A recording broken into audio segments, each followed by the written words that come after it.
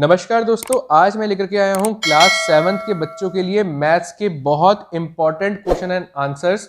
तो देखिए यहां पर पहला क्वेश्चन है कि 60 अपॉन में -96 को लोएस्ट टर्म में कन्वर्ट करना है। तो देखिए लोएस्ट टर्म में कन्वर्ट करने के लिए आपको आना चाहिए HCF निकालना। तो ये HCF क्या है जी? ये है आपका हाईएस्ट कॉमन फैक्टर। इसके लिए मैंने अलग से एक डिटेल वीडियो अपने चैनल पे बना रखी है, अगर आपको देखनी है तो जाकर के आप देख सकते हैं, मैं यहाँ पर भी उसका लिंक दे दूंगा। तो देखिए सबसे पहले आपको समझना पड़ेगा कि यहाँ पर एक न्यूमरेटर होता है, एक डिनोमिनेटर होता है। जो ऊपर वाला पार्ट है उसे न्यूमरेटर कहते हैं और जो नीचे वाला पार्ट है उसे डिनोमिनेटर कहते हैं। तो यहाँ पर न्यूमरेटर है आपका 60 और डिनोमिनेटर है आपका -96। अब यहां पर आप सिंपली 60 और 96 को लेकर के चलिए, माइनस के साइन को यहीं पर लीव कर दीजिए। तो देखिए यहां पर इन दोनों का अगर आप HCF निकालेंगे तो ये HCF आएगा आपका 12। तो देखिए नेक्स्ट स्टेप में आपको क्या करना है कि न्यूमरेटर को आपको डिवाइड करना पड़ेगा HCF के साथ में और डिनोमिनेटर को भी डिवाइड करना पड़ेगा HCF के साथ में। तो देखिए न्यूमरेटर कितना था, यहां पर 60 था, इसे डिवाइड कीजिए 12 से क्योंकि वो आपका HCF था। डिनोमिनेटर क्या है यहाँ पर, माइनस का 96 है, तो इसे डिवाइड कीजिए आप HCF से जो कि 12 है। तो 60 डिवाइडेड बाय 12 कितना होता है, ये होता है 5। -96 डिवाइडेड बाय 12 कितना होता है, ये होता है आपका -8। तो देखिए यहाँ पर आपका जो फाइनल आंसर आएगा वो आएगा 5/-8 और इसे आप ऐसे भी लिख सकते हैं -5/8 और यही आपका फाइनल आंसर है। चलिए नेक्स्ट क्वेश्चन देखते हैं। सेकंड क्वेश्चन बहुत इंपॉर्टेंट है और यहाँ पर हमसे पूछा गया है कि विच of the following is greatest, इनमें से कौन सा जो है फ्रैक्शन वो ग्रेटेस्ट है। तो देखिए यहाँ पर आपको 3 अपॉन में -5 दिया गया है, 5 अपॉन में 7 दिया गया है, -4 अपॉन में 15 दिया गया है, -7 अपॉन में -15 दिया गया है। तो देखिए इस कॉन्सेप्ट को समझने के लिए आपको समझना होगा कि अगर आपका न्यूमरेटर नेगेटिव का है और डिनोमिनेटर आपका पॉजिटिव का है तो ओवरऑल जो फ्रैक्शन होगी वो आपकी नेगेटिव की होगी। वहीं पर अगर आपका न्यूमरेटर पॉजिटिव का है और डिनोमिनेटर आपका नेगेटिव का है तो भी आपकी ओवरऑल फ्रैक्शन जो है वो नेगेटिव की होगी। और वहीं पर अगर आपका न्यूमरेटर भी नेगेटिव का है और डिनोमिनेटर भी नेगेटिव का है तो आप इन्हें कैंसल आउट करके न्यूमरेटर और डिनोमिनेटर को पॉजिटिव की फ्रैक्शन में कन्वर्ट कर सकते हैं। तो इसका मतलब हुआ कि अगर न्यूमरेटर अगर आपका नेगेटिव का है और डिनोमिनेटर भी अगर आपका नेगेटिव का है तो आपकी ओवरऑल फ्रैक्शन जो बनेगी वो आपकी पॉजिटिव की बनेगी। तो चलिए देखते हैं यहाँ पर। अब यहाँ है 3 अपॉन में -5, तो ओवरऑल फ्रैक्शन बनी आपकी -3 अपॉन में 5। यहाँ पर 5/7 है तो ये एज इट इज़ 5/7 ही रहेगा। यहाँ -4 अपॉन में 15 है तो आप इसे -4 अपॉन में 15 लिख सकते हैं। लेकिन यहाँ पर देखिए -7 अपॉन में -15 है तो यहाँ पर यूज़ करना होगा आपको इस वाले कॉन्सेप्ट को। तो देखिए ये हो जाएगा 7 अपॉन में 15। अब बात आती है ग्रेटेस्ट की। तो ग्रेटेस्ट जो नंबर है वो आपको हमेशा पॉजिटिव का मिलेगा। देखिए जो जितना पॉजिटिव होगा उतना ही वो ग्रेटेस्ट होगा और जो जितना ज़्यादा नेगेटिव का होगा, जो जितना हाईएस्ट नेगेटिव होगा वो उतना ही लोएस्ट होगा। तो मतलब जो जितना ज़्यादा नेगेटिव होगा वो उतना ही लोएस्ट होगा और जो जितना ज़्यादा पॉजिटिव होगा वो उतना ही ग्रेटेस्ट होगा। तो इससे ये बात समझ में आती है कि ग्रेटेस्ट नंबर हमेशा आपको पॉजिटिव फ्रैक्शन ही देगी। तो आपकी ये वाली फ्रैक्शन और ये वाली फ्रैक्शन हो जाती है ख़त्म। अब बचती है आपके पास 5/7 और 7/15। तो 5/7 और 7/15 के बीच में आपको जज करनी है कि ग्रेटेस्ट वाली फ्रैक्शन कौन सी होने वाली है।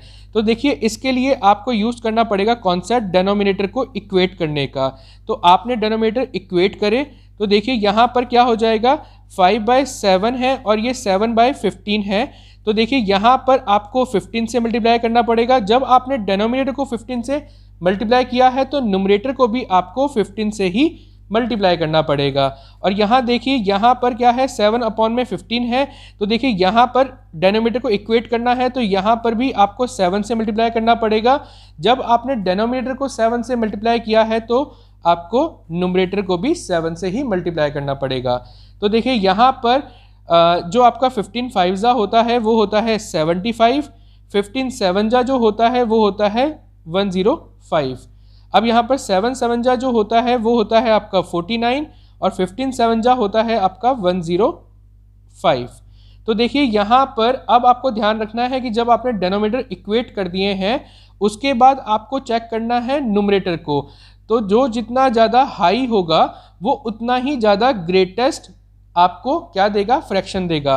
तो यहाँ पर नुमरेटर 75 है, यहाँ पर 49 है, तो ऑब्वियस सी बात है कि आपका आंसर है 75 अपॉन में 105 जो कि आया था आपका 5/7 से। तो देखिए आपके ऑप्शन में 5/7 दिया हुआ है जो उसे आप टिक मार्क करेंगे और आपको फुल मार्क्स मिल जाएंगे। तो ये हुआ यहाँ पर सेकंड क्वेश्चन। दोस्तों थर्ड क्वेश्चन कहता है कि for 3 rational numbers x, y, z such that x is greater than y and y is smaller than z, which of the following is true. तो देखिए यहाँ पर हमें कहा गया है कि जो x है वो y से बड़ा है और दूसरी तरफ कहा गया है कि जो y है वो z से छोटा है। तो आप इसे इकट्ठा ऐसे भी लिख सकते हैं। तो देखिए यहाँ पर आपको कुछ ऑप्शंस दिए होंगे, जैसे पहला ऑप्शन हो सकता है कि आपको कहा गया हो कि x और जो z के बीच में कॉम्बिनेशन है उसमें कहता है कि x जो है वो स्मॉलर है z से। देखिए यहाँ पर x और y की बात करी गई और y और z की बात करी गई यहाँ पर, तो x और z के बीच में तो कोई रिलेशन बताया ही नहीं गया, तो इसका मतलब कि हम इसके बारे में कोई बात कर ही नहीं सकते हैं। अब देखिए सेकंड ऑप्शन में हो सकता है कि आपको कहा हो कि x जो है वो ग्रेटर देन z है। तो देखिए यहाँ पर भी आप सिर्फ ये बता सकते हैं कि जो x है वो y से बड़ा है, क्योंकि आपके पास x और z के बारे में कोई भी जानकारी नहीं है। थर्ड ऑप्शन में वो कह सकता है कि x इज ग्रेटेस्ट। तो देखिए x जो है वो y से तो बड़ा है, लेकिन हमें पता नहीं है कि z के साथ में वो बड़ा है कि छोटा है, तो इसलिए हम इसे ग्रेटेस्ट तो कह नहीं सकते। हो सकता है कि फोर्थ ऑप्शन में आपको कहा गया हो कि y इज स्मॉलेस्ट। अब देखिए इसका क्या मतलब है, देखिए यहाँ पर x जो है वो बड़ा है y से, तो इसका मतलब ये स्मॉल तो हुआ x से, वहीं पर y जो है वो छोटा है z से, तो इसका मतलब कि ये इससे भी छोटा है और ये इससे भी छोटा है, x से भी छोटा है और z से भी छोटा है, कौन, y। तो हो सकता है कि यही स्मॉलेस्ट हो। तो ये जो आपका फोर्थ ऑप्शन है कि y इज स्मॉलेस्ट, ये आपका करेक्ट आंसर होगा इस क्वेश्चन के लिए। नेक्स्ट क्वेश्चन में ये कहता है कि विच of the following is smallest. तो देखिए यहाँ पर ये पूछ रहा है कि सबसे स्मॉलेस्ट कौन सा है। तो याद रखिएगा जब आपको बहुत सारे नेगेटिव और बहुत सारे पॉजिटिव नंबर या फ्रैक्शंस दिए हो तो याद रखिएगा जो ग्रेटेस्ट होगा वो आपका हमेशा पॉजिटिव होगा और जो आपका स्मॉलेस्ट होगा वो आपका हमेशा नेगेटिव नंबर होगा। तो देखिए यहाँ पर अभी मैंने थोड़ी देर पहले ही बताया था कि अगर न्यूमरेटर और डिनोमिनेटर के साथ में माइनस का साइन लगा हुआ है तो आप उसे पॉजिटिव की फ्रैक्शन लेकर के चलते हैं। तो यहाँ पर देखिए पहला क्या है, 12 अपॉन में -5, और ये क्या हुआ, इसे कन्वर्ट करेंगे इस वाली फॉर्म में तो ये 3/4 हो जाएगा। यहाँ पर -5/7 है तो ये हो जाएगा आपका -5/7, और ये पॉजिटिव का है तो ये 7/8 एज इट इज आ जाएगा।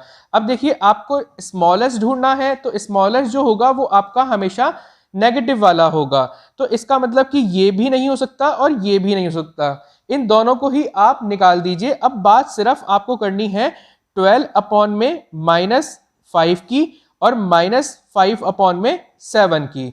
तो देखिए जैसे हमने वहां किया था वैसे ही हम यहां पर करेंगे कि इनके डिनोमिनेटर को हम क्या करेंगे, इक्वेट कर देंगे।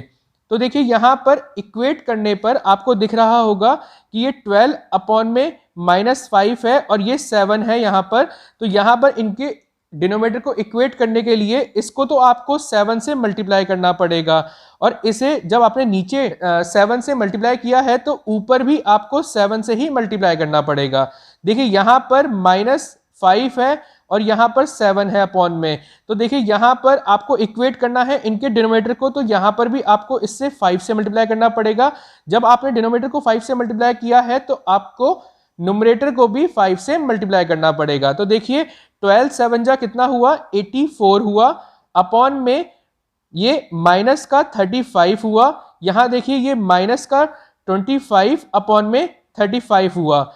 मैंने आपको बताया था कि चाहे नेगेटिव का साइन ऊपर हो या नीचे, आप उसे कुछ ऐसे लिख सकते हैं, -84 अपॉन में 35 -25 अपॉन में 35। अब देखिए यहां पर जिसका जितना नेगेटिव नंबर होगा वो उतना ही हाईएस्ट या उतना ही कह सकते हैं हाईएस्ट नेगेटिव या उतना ही स्मॉलेस्ट नंबर कहलाएगा। तो याद रखिएगा जो जितना नेगेटिव होगा उतना ही वो हाईएस्ट नेगेटिव नंबर और साथ साथ स्मॉलेस्ट नंबर कहलाएगा। तो देखिए यहां पर -84 जो है वो आपको क्या दिख रहा है, हाईएस्ट नेगेटिव नंबर दिख रहा है, तो इसका मतलब वही आपका स्मॉलेस्ट नंबर है। तो आप इसे कह सकते हैं कि आपका आंसर है इसका -84/35। तो ये देख कैसे आया था, ये आया था 12 अपॉन में -5 से। तो आपका आंसर हुआ 12 upon -5 is the smallest number among them. दोस्तों यहां पर बात करनी है रैशनल नंबर की। तो rational number which is neither positive और नेगेटिव। एक ऐसा रैशनल नंबर बताइए जो कि पॉजिटिव भी ना हो और जो नेगेटिव भी ना हो। तो इसका आंसर आपका है 0। तो देखिए ये थ्योरी का क्वेश्चन है, आ सकता है, तो ध्यान से इसे समझ लीजिए कि ये एक ऐसा रैशनल नंबर है जो कि पॉजिटिव भी नहीं है और नेगेटिव भी। दोस्तों नेक्स्ट क्वेश्चन बहुत इंपॉर्टेंट है। x/6 है यहाँ पर और ये इक्वल टू दिया हुआ है 4/-3 और इसमें पूछी गई है x की वैल्यू। तो देखिए यहाँ पर x की वैल्यू क्या होगी, ये होगी 4 अपॉन में -3 इंटू में 6। देखिए यहाँ पर ये डिवाइड में था तो यहाँ जाकर के ये मल्टीप्लाई में चला जाएगा, तो ये 6 यहाँ पर आ गया। अब देखिए यहाँ पर हम इसे कुछ ऐसे भी लिख सकते हैं कि 4 अपॉन में 3 और माइनस के साइन को यहां बीच में लिख देते हैं इनटू में 6। अब देखिए ये क्या हुआ 3 2 जा 6, तो आंसर आपका आया -4 इंटू में 2 और ये होता है -8। तो ये है आपका फाइनल। दोस्तों देखिए यहां पर अगला क्वेश्चन है which of the following is to the left side of the 0 on the number line. यहां पर कुछ ऑप्शन दिए हुए हैं 2/3, -3/2, 3/2, 2/5। देखिए यहां पर कहा गया है कि जब आप नंबर लाइन बनाते हैं तो यहां पर जब बीच में 0 आता है तो इसके लेफ्ट साइड पर कौन सा नंबर इनमें से आएगा। तो याद रखिएगा लेफ्ट साइड पर आपके नेगेटिव नंबर होते हैं और राइट साइड पर आपके पॉजिटिव नंबर होते हैं। तो देखिए यहां पर लेफ्ट साइड पूछी गई है तो देखिए नेगेटिव नंबर होगा, तो आपका फाइनल आंसर होगा -3/2, क्योंकि देखिए ये 2/3 भी पॉजिटिव का है और 3/2 भी पॉजिटिव का है और 2/5 भी पॉजिटिव का है, तो ये आपके राइट साइड पड़ेंगे। बाकी -3/2 जो है वो नेगेटिव का है तो वो आपके लेफ्ट साइड पे पड़ेगा 0। दोस्तों ये लास्ट क्वेश्चन बहुत इंपॉर्टेंट है। Which of the following lies between -1 and -2। देखिए यहाँ पर नंबर लाइन का बहुत ज्यादा यूज होने वाला है और एक ऐसा कॉन्सेप्ट यूज होने वाला है जो आपको बहुत कंफ्यूजिंग लगता होगा, तो इसीलिए मैं आपसे कहूंगा कि इस क्वेश्चन को बहुत ही ध्यान से समझिएगा। तो 5/3 है यहाँ पर ऑप्शन में, -3/5 है और -1 2/3 है और 2/3 है ऑप्शन में। तो देखिए ये -1 से -2 के बीच में पूछ रहा है। तो सबसे पहले हम यहाँ पर एक नंबर लाइन ड्रॉ करते हैं, तो ये इसका 0 हुआ और आपको पता ही है कि लेफ्ट साइड के ऊपर जितने भी नंबर होते हैं 0 के वो नेगेटिव होते हैं और जो राइट साइड होती है आपकी 0 की वो आपकी हमेशा पॉजिटिव होती है। तो देखिए यहाँ पर -1 जो है वो यहाँ पर है और -2 जो है वो यहाँ पर है, तो ऑब्वियस सी बात है कि यहाँ पर जो भी नंबर होगा इन दोनों के बीच में वो कैसा होगा, नेगेटिव होगा। तो 5/3 और 2/3 तो ऑप्शन से कट ही जाते हैं। अब बचता है -3/5 और -1 2/3। तो देखिए -3/5 को ऐसे लिखिए और इसको कन्वर्ट कर लेते हैं हम फ्रैक्शन की फॉर्म में, तो ये कितना हुआ -5/3। यहां पर अगर आप 3 को 5 से डिवाइड करेंगे तो ये वैल्यू आती है 0.6 और नेगेटिव का साइन है तो नेगेटिव का साइन लगा दीजिए। यहां पर 5 को डिवाइड करेंगे अगर आप 3 से तो ये आती है 1.66 और यहां पर नेगेटिव का साइन था तो नेगेटिव का लगा दीजिए। अब समझने वाली बात ये है कि 1 से लेकर के -2 के बीच में इनमें से कौन सा नंबर आएगा। तो देखिए यहाँ पर -1 से -2 के बीच में जब हम स्टार्टिंग करते हैं तो सबसे पहले -1.0 आता है और जो एंडिंग होती है वो -1.9 पर होती है।